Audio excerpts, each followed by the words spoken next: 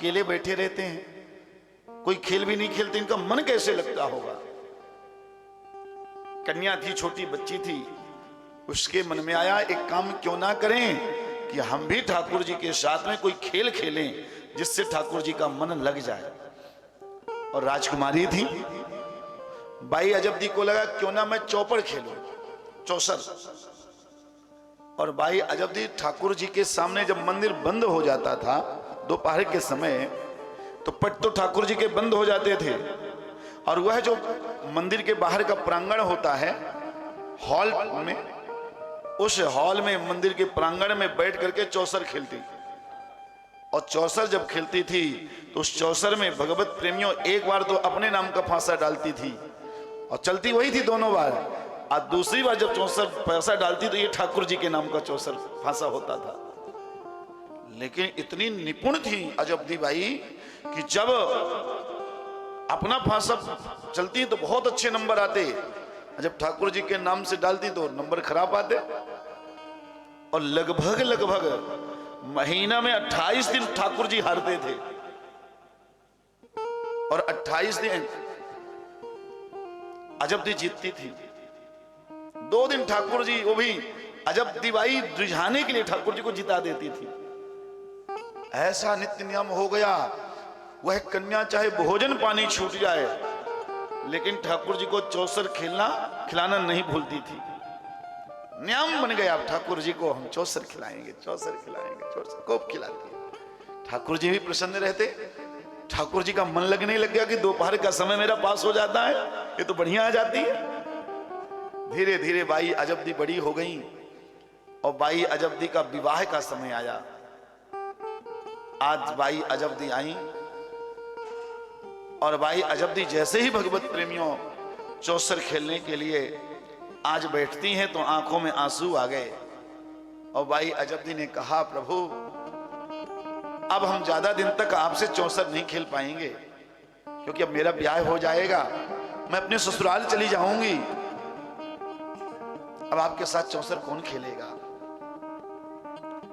जो ऐसा अजब्दी बाई ने कहा, ठाकुर जी का चेहरा मुरझा गया। ठाकुर जी मानो रोने जैसा चेहरा बना लिए। अजब्दी ने कहा, प्रभु आज तो खेल ही लेते हैं, कल से संभव तो नहीं है पर आज खेल लेते हैं मन से आपसे। और बाई अजब्दी जैसे चौसर खेलती हैं, खेलते खेलते आज फिर से अजब्दी के जीतने के चांस बन गए। अब तो बाई अजब्दी जीतने ही वाली थी। ठाकुर जी को देखा तो उनको लगा कि ठाकुर जी का चेहरा इसलिए मुरझाया हुआ है क्योंकि ठाकुर जी हारने वाले हैं। भाई अजब्दी ने कहा, अच्छा प्यारे, तो आपका चेहरा इसलिए मुरझा गया कि आप हारने वाले हैं, लेकिन चिंता न करें, आज मैं आपको हारने नहीं दूंगी, मैं आज आपको जिताकर रहूंगी। और ऐसा विचार करके भाई अजब्दी भगवत प्रेमियों आज चौसर में अंतिम फांसा ही था, एक ही बार में अब जब जी जीतने वाली थी तभी अजब बाई को लगा नहीं, आज ठाकुर जी को जिताना चाहिए, आज मेरा अंतिम चौसर खेलने का काम है, आज मैं ठाकुर जी को जिता दूं। और उसने ऐसा फांसा चला कि भगवत प्रेमियों अजब्दी बाई हार गई और ठाकुर जी आज जीत गए। जैसे ठाकुर जी जीते तो ठाकुर जी जो रो रहे थे, दुखी थे ठाकुर जी, वो ठाकुर जी हंसने लगे और साक्षात ठाकुर जी जो मूर्ति में श्रीनाथ जी थे वो साक्षात प्रकट हो गए और नाचने लगे, भाई आज तो मैं जीत गया। जैसे ठाकुर जी को प्रकट देखा, इतनी प्रसन्न देखी, भाई अजब्दी की आंखों में आंसू आ गए।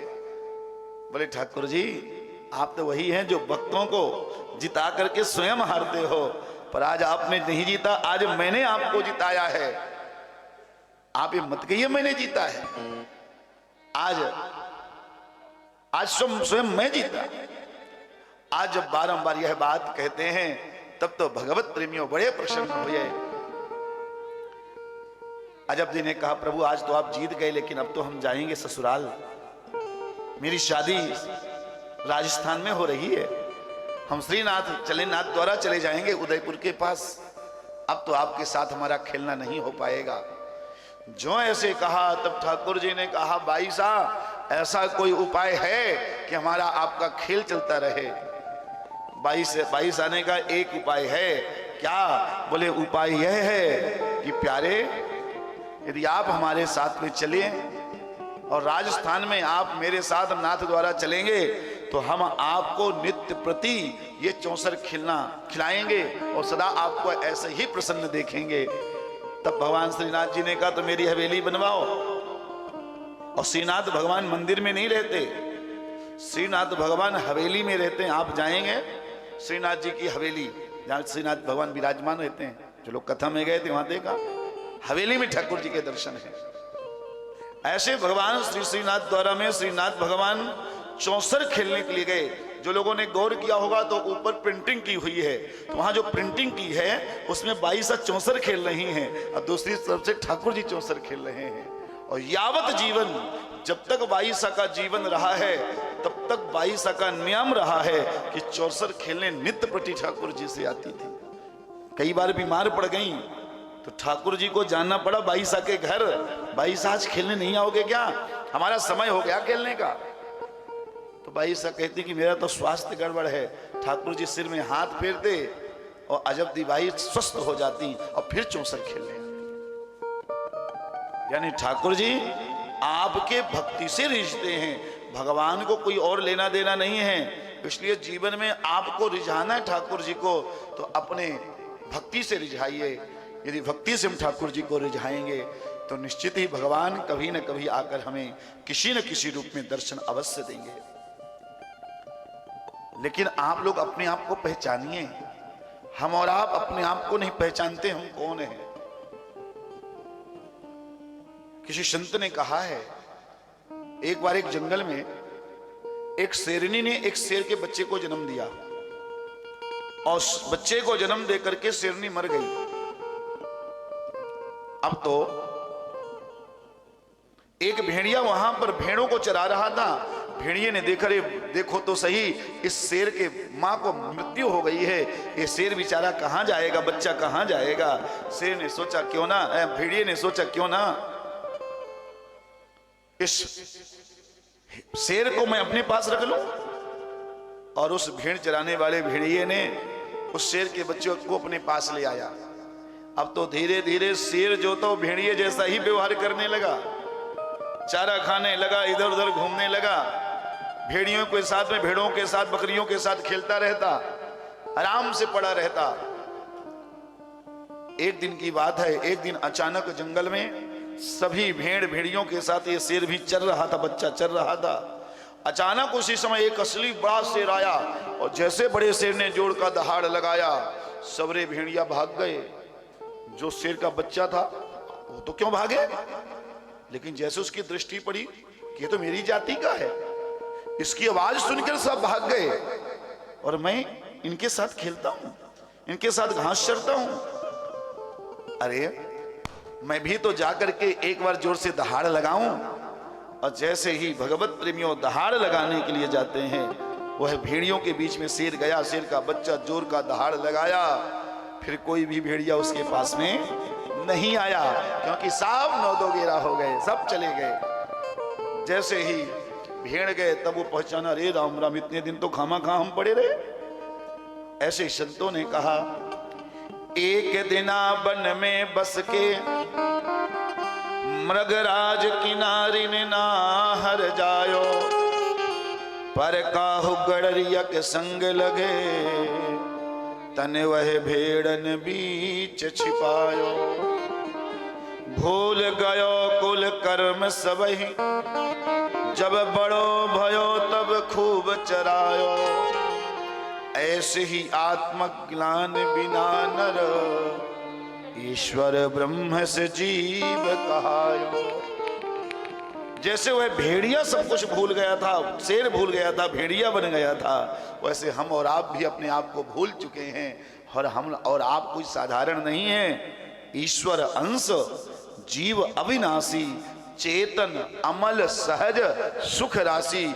हम और आप ईश्वर के अंश हैं, लेकिन हम और आप ईश्वर के अंशत्व को भूल गए हैं और हम अपने आप को भेड़िए की, उस शेर के बच्चे की तरह इस दुनिया को ही अपना मानकर घूमते रहते हैं और अपने शक्ति को पहचान नहीं पाते। हम क्या क्या कर सकते हैं, उस ब्रह्म को हम कैसे प्रकट कर सकते हैं, ये हम नहीं समझ सकते। पर ध्यान रखिए भगवत प्रेमियों, जीवन में भक्ति बहुत आवश्यक है। जैसे आपके दूध में घी होता है, सबको पता दूध में घी है, लेकिन जो काम घी कर सकता वो दूध नहीं कर सकता। घी का काम घी ही करेगा, दूध का काम दूध ही करेगा। चीनी का, अब देखिए गन्ने से चीनी बनती है, सबको पता है, पर आप सोचो कि आज चीनी नहीं है, कोई बात नहीं, 2 गिलास गन्ने का रस डाल दो खीर में, खीर बढ़िया मीठी हो जाएगी। क्या संभव है? जो शक्ति चीनी में है वो शक्ति आपके गन्ने के रस में नहीं है, पर वह गन्ने के रस से ही चीनी बनी है, ये भी सत्य है। उसी प्रकार जो ब्रह्म काम करते हैं वो भगवान नहीं करते, जो भगवान कहते हो परमात्मा नहीं करते। इसलिए आप सब लोग ईश्वर ब्रह्म हैं, उस ब्रह्म को पहचान करके सदा भगवान का भजन करना चाहिए और सदैव जीवन में भक्ति करना चाहिए। यही आप लोग 7 दिनों तक जो कथा सुने हो, यही कथा सुनने का सार है, और यही कथा सुनने के सार के साथ साथ जीवन में इसको उतारिए, प्रयास करिए, ज्यादा से ज्यादा सत्संग सुनिए, कहीं भी सत्संग हो जरूर जाइए। कल एक मैया मिली, मैया बोली महाराज जी हम तो केवल जहां आपकी कथा होती सुनने जाते हैं। हमने कहा और किसी की हो? बोले और किसी की होती तो मुझे अच्छा ही नहीं लगता कथा सुनना। बोलो राधे राधे।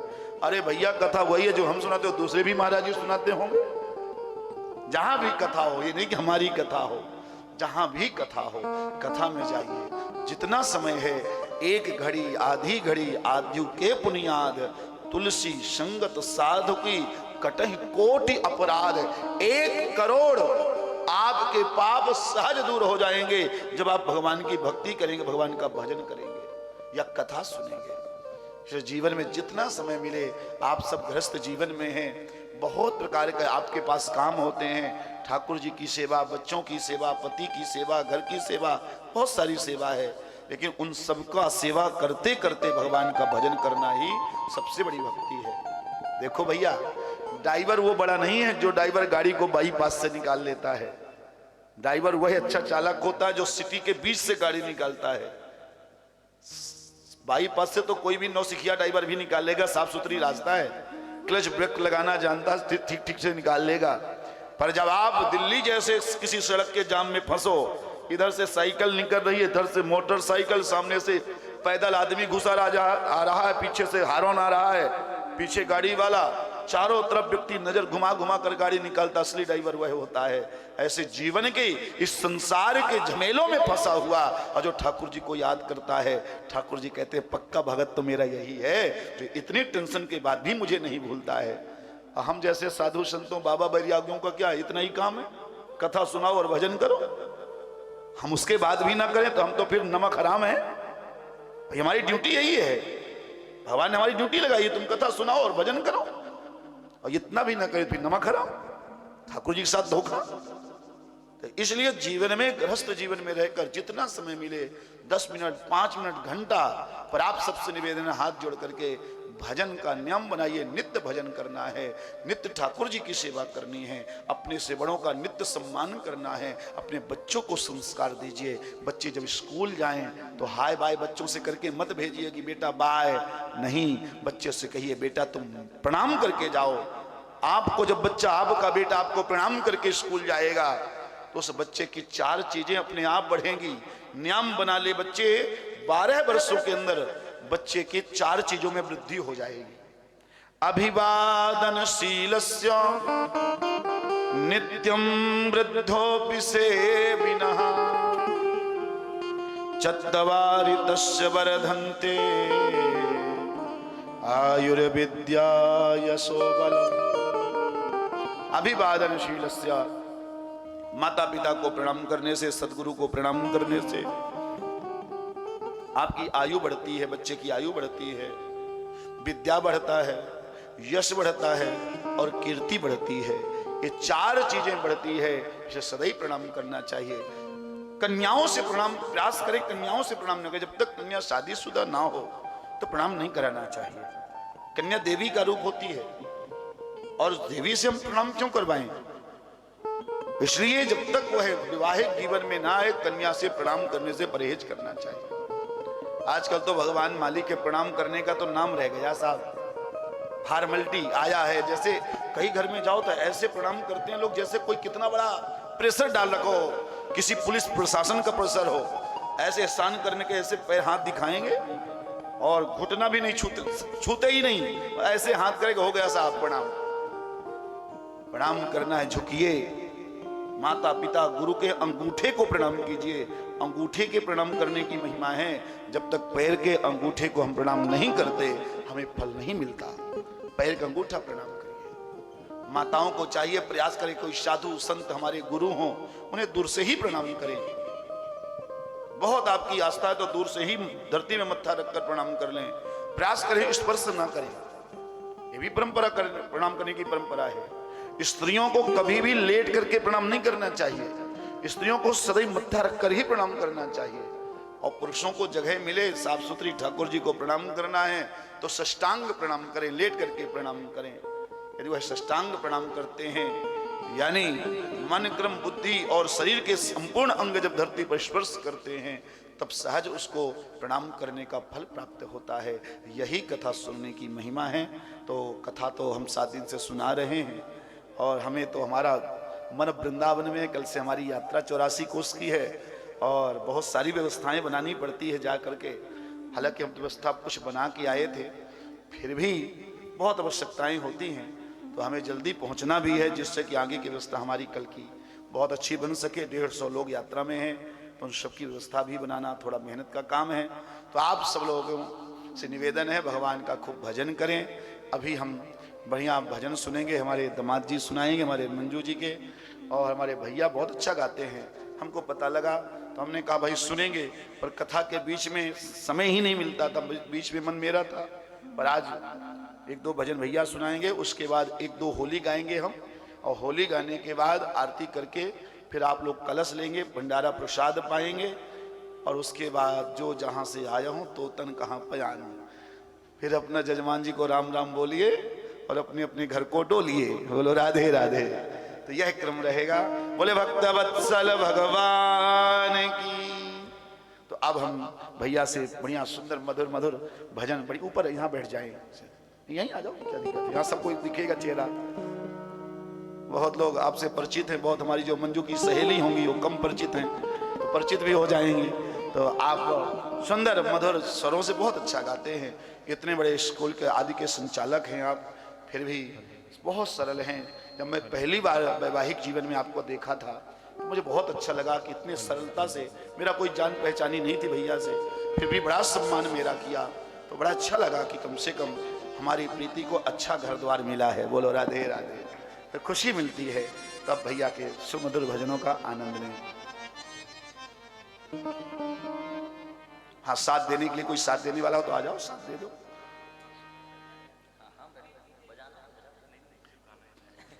प्रीति जीवन में देगी, भजन गाने में नहीं देगी।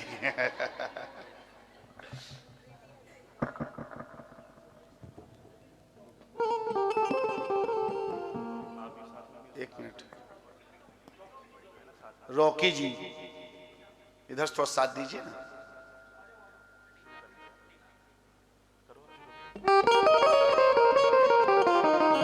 बोलो जय जय श्री राधे।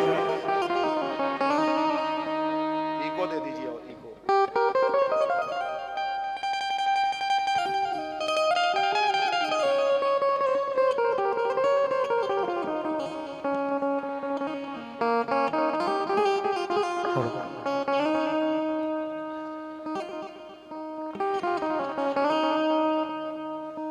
मेरा आपकी कृपा से सब काम हो रहा है। मेरा आपकी कृपा से सब काम हो रहा है। मेरा आपकी कृपा से सब काम हो रहा है। मेरा आपकी कृपा से सब काम हो रहा। करते हो तुम कन्हैया, करते हो तुम कन्हैया, मेरा नाम हो रहा है। मेरा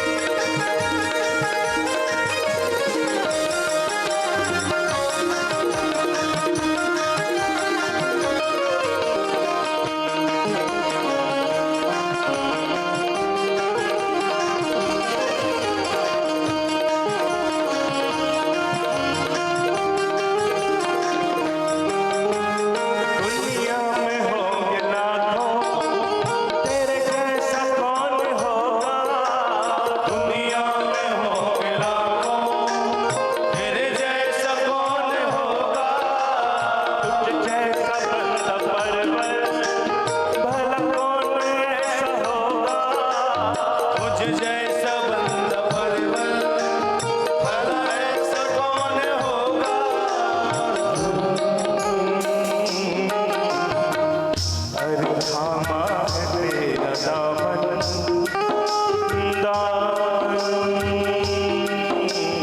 थामा है तेरा दामन, आराम हो रहा है। थामा है तेरा दामन, आराम हो रहा है। करते हो तुम कन्हैया, करते हो तुम कन्हैया, मेरा नाम हो रहा है। आपकी कृपा से सब काम हो रहा है। मेरा आपकी कृपा से सब काम हो रहा है। मेरा आपकी कृपा से सब काम हो रहा है। मेरा आपकी कृपा से सब काम हो रहा है। मेरा आपकी कृपा से सब काम हो रहा है। मेरा आपकी कृपा से सब काम हो रहा है। बहुत बहुत धन्यवाद। जय श्री राधे। और सुनाओ एक एक और वचन एक और सुनाओ, फिर होली करेंगे। एक हमारी दीदी जो है एक भजन करेंगे, उसके बाद फिर दीदी प्लीज।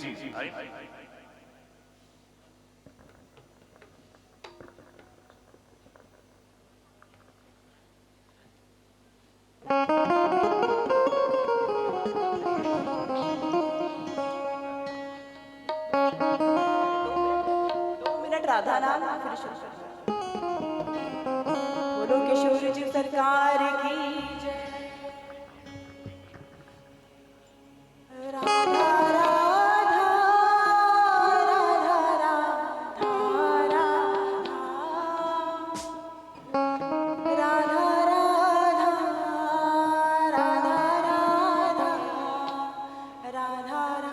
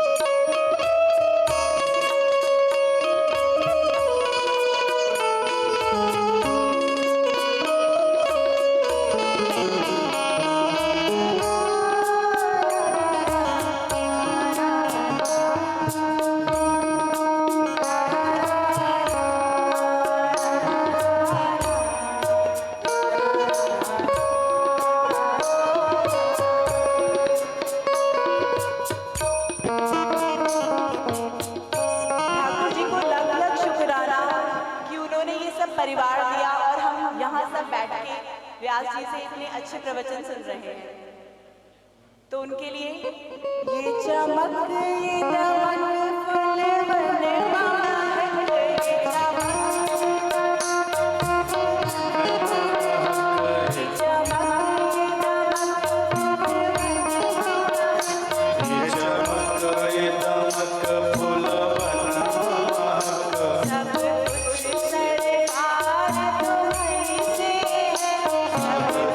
सरकार तुम्हीं से है।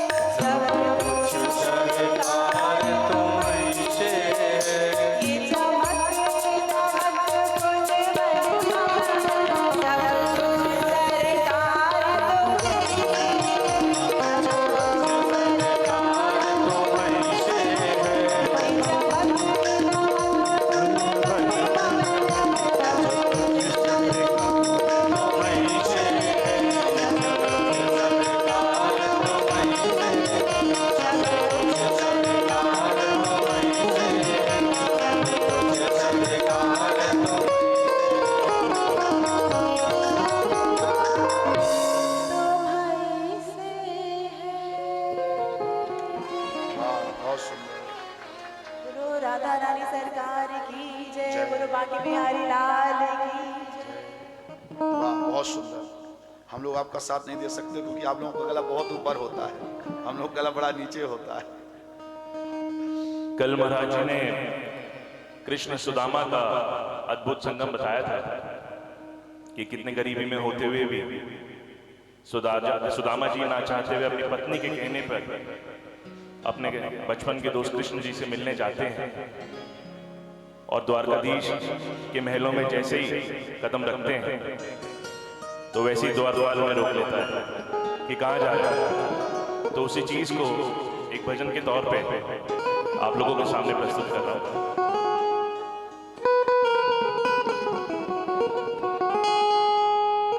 देखो देखो ये गरीबी कहाँ कृष्ण के दर पे विश्वास लेके आया हो। मेरे बचपन का यार है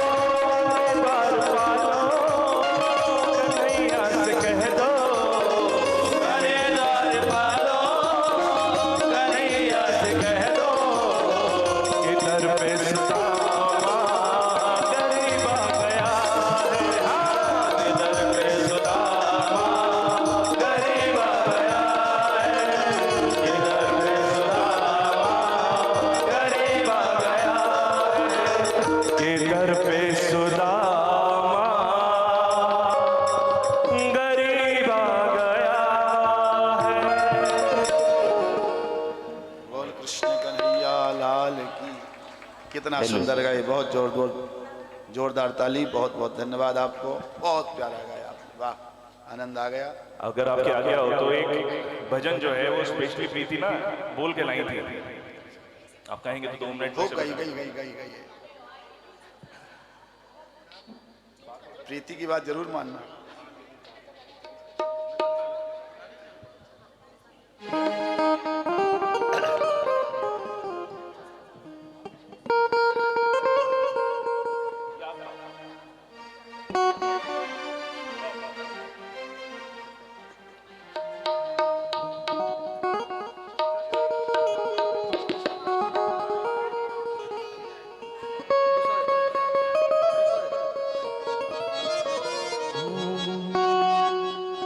बोल सावरे सरकार की,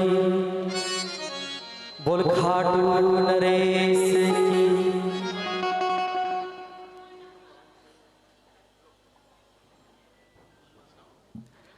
जब सावरा सजता है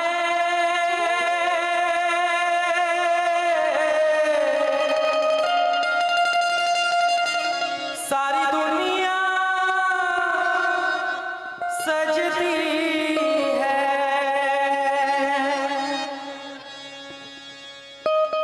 उसे इतर छिड़कते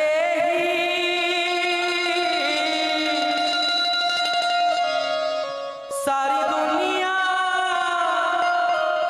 महकती है। बागों का हर एक फूल गजरे में लग जाए। सजने का है शौकीन, कोई कसर न रह जाए। ऐसा कर दो श्रृंगार, सब देखते रह जाए।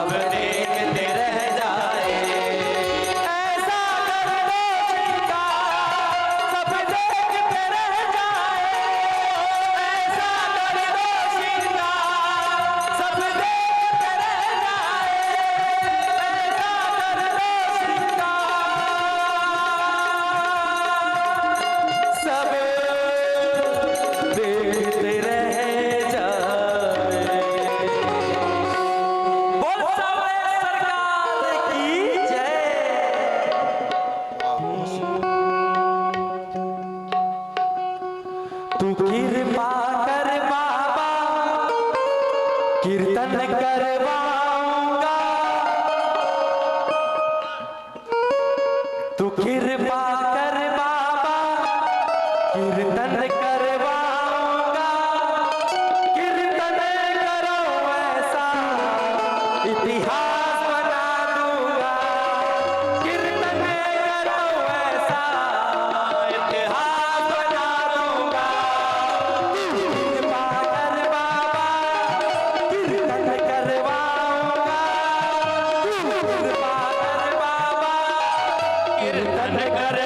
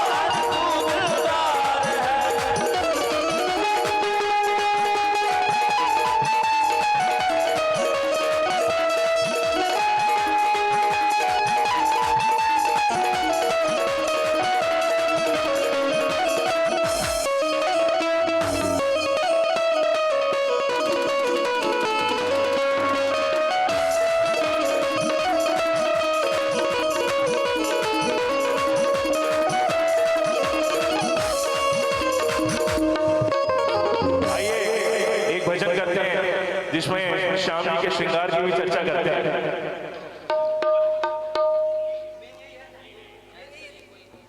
हेलो हेलो बाके बिहारी तेरे नैना कजरा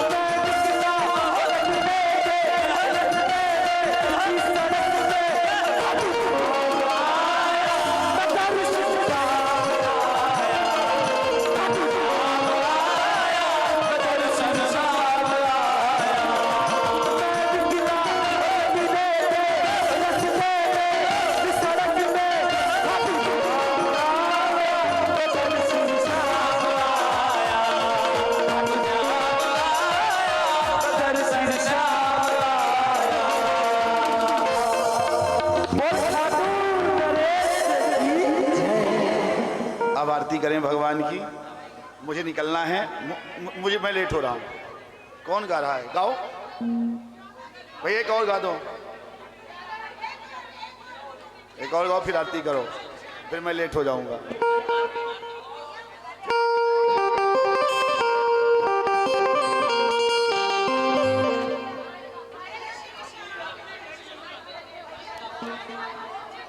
एक मिनट।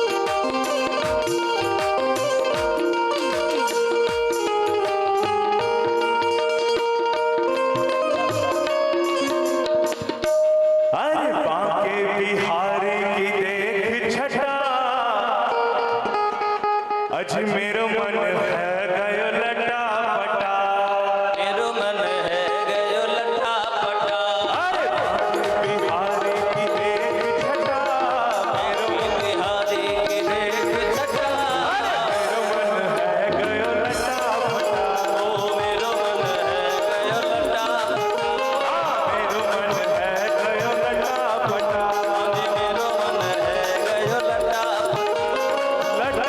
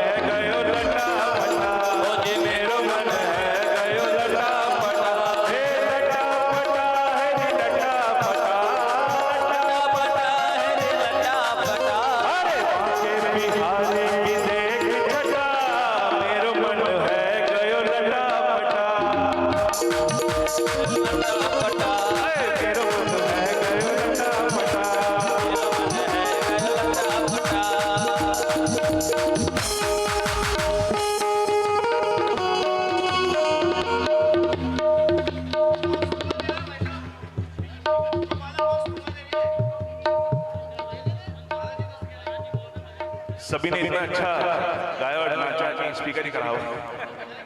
बोलो राधे राधे। आरती करते हैं। बहुत बहुत। अब आरती करिए, अब आरती करिए, आरती करिए, फिर बाद में आरती के बाद गाइएगा। मुझे निकलना है, बहुत लेट हो रहा हूँ, ट्रेन है इन लोगों की। मन भक्तों का कभी नहीं भरता है ठाकुर जी के लिए, लेकिन सबकी मजबूरी है। आइए सब लोग आरती करें।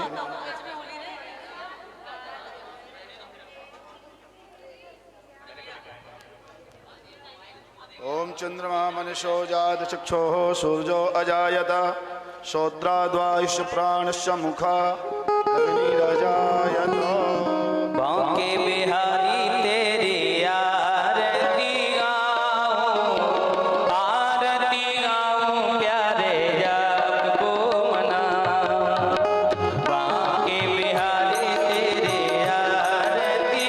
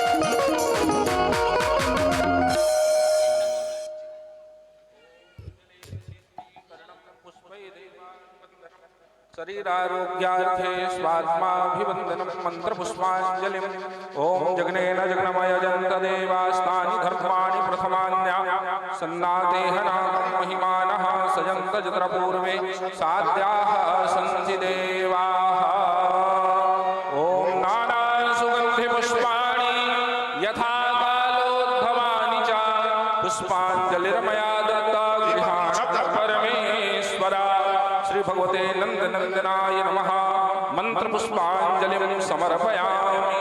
बोलो भागवत भगवान की जय, कृष्णचंद्र भगवान की जय, सद्गुरुदेव भगवान की जय, व्यास जी महाराज की जय।